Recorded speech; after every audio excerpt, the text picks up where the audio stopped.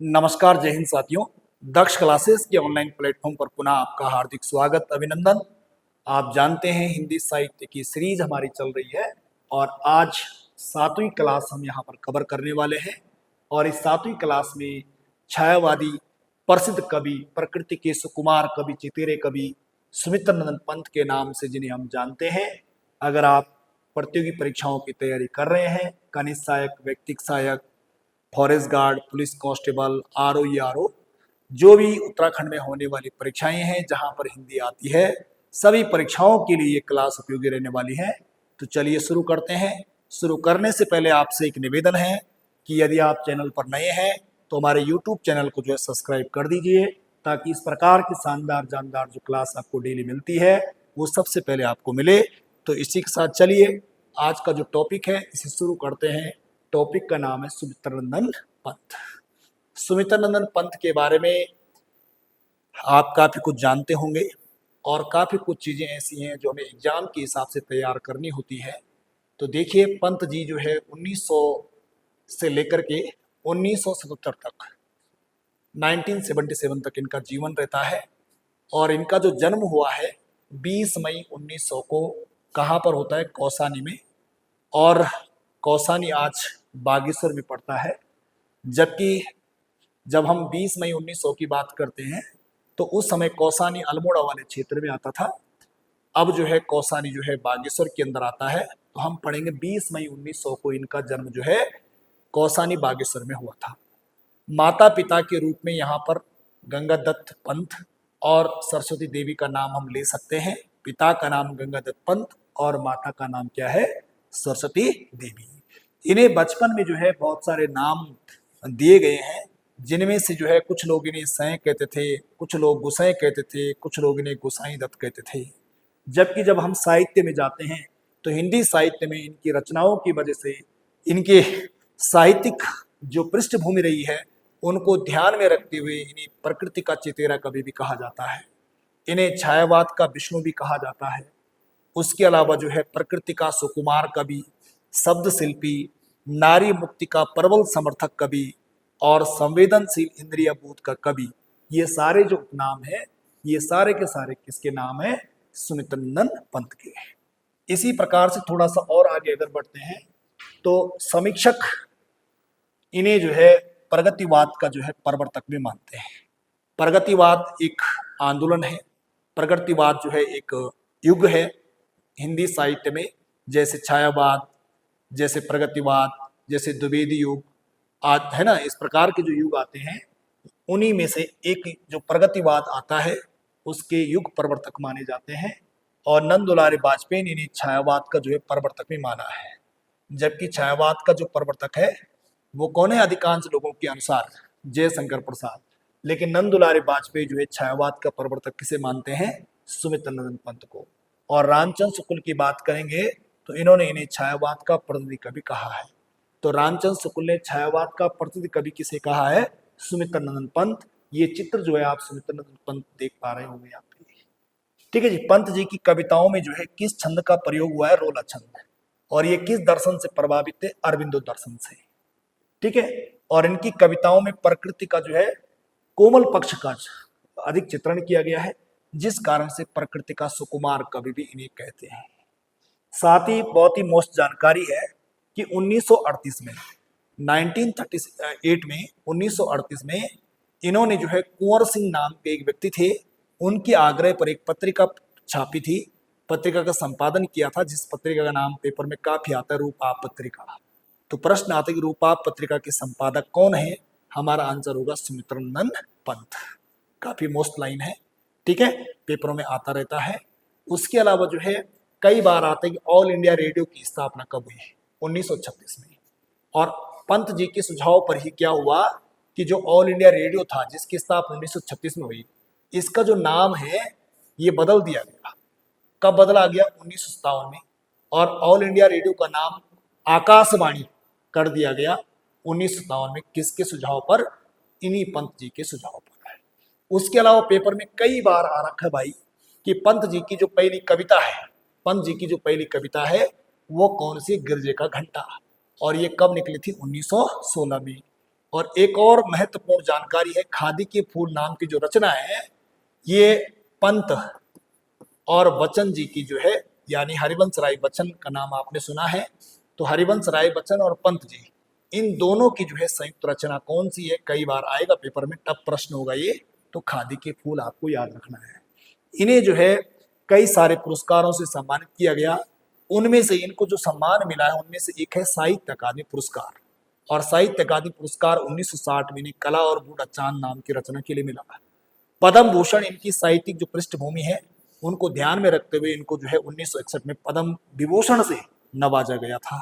तो पद्म विभूषण कब मिला? 1961 में। साहित्य अकादमी 1960 में कला और बूढ़ा चांद के लिए। और सोवियत लैंड पुरस्कार, सोवियत लैंड नेहरू पुरस्कार इन्हें कब मिला?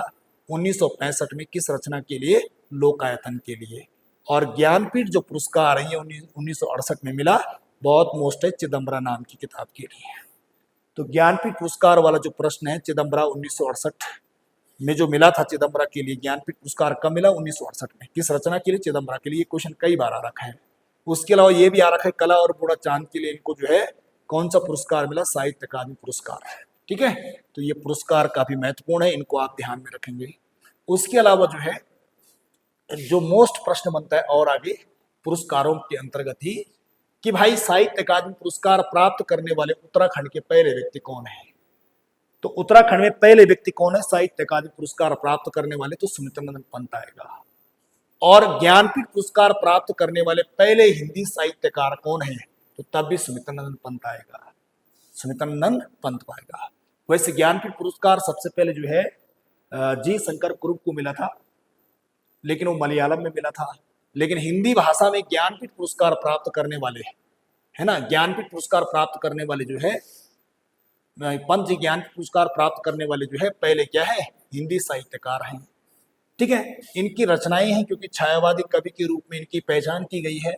तो इनकी जो पहली छायावादी रचना है वो कौन सी? उच्छ्वास, जो 1918 या कहीं कहीं 1920 भी लिखा रहता है, ये इनकी पहली छायावादी रचना मानी जाती है।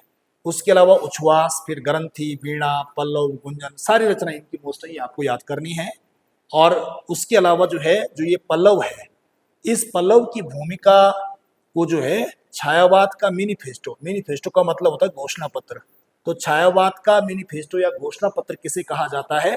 तो हमारा आंसर क्या बनता है? पल्लव की भूमिका को। ठीक है जी, प्रगतिवाद के प्रवर्तक के रूप में भी इनको देखते हैं। और प्रगतिवादी जो रचनाएं इनकी युगांत है, युगवाणी है, ग्राम्य है। ठीक है जी, सन अगर हो सकेगा तो कर लेना याद, नहीं हो सकेगा तो कोई बड़ी बात नहीं है, क्योंकि सन उनको ज्यादा याद रहना चाहिए जो हिंदी साहित्य से जो है आगे एलटी और प्रवक्ता का एग्जाम देंगे। समूह गा में जो है कभी कभी अचानक तो पूछ लेता सन, लेकिन नॉर्मली सन आता नहीं है। ठीक है जी, तो आप देख लेना, मैंने सन मेंशन करे हुए हैं। आगे देखते हैं, अरविंदो दर्शन से प्रभावित कुछ रचनाएं इनकी मिलती है, जिनमें स्वर्ण किरण है, स्वर्ण धुली है, युगांतर है, युगपथ है और वाणी है। ये रचनाएं भी काफी मोस्ट है, सारी रचनाएं ही इनकी मोस्ट है, कोई भी रचना ऐसी नहीं जो याद नहीं करनी। कुछ नव मानवतावादी रचनाएं इनकी मिलती हैं, जिनमें उत्तरा है, अतिमा है, कला और बूढ़ा चांद है, चिदम्बरा है और लोकायतन है। और लोकायतन जो है ये काफी मोस्ट है, महाकाव्य।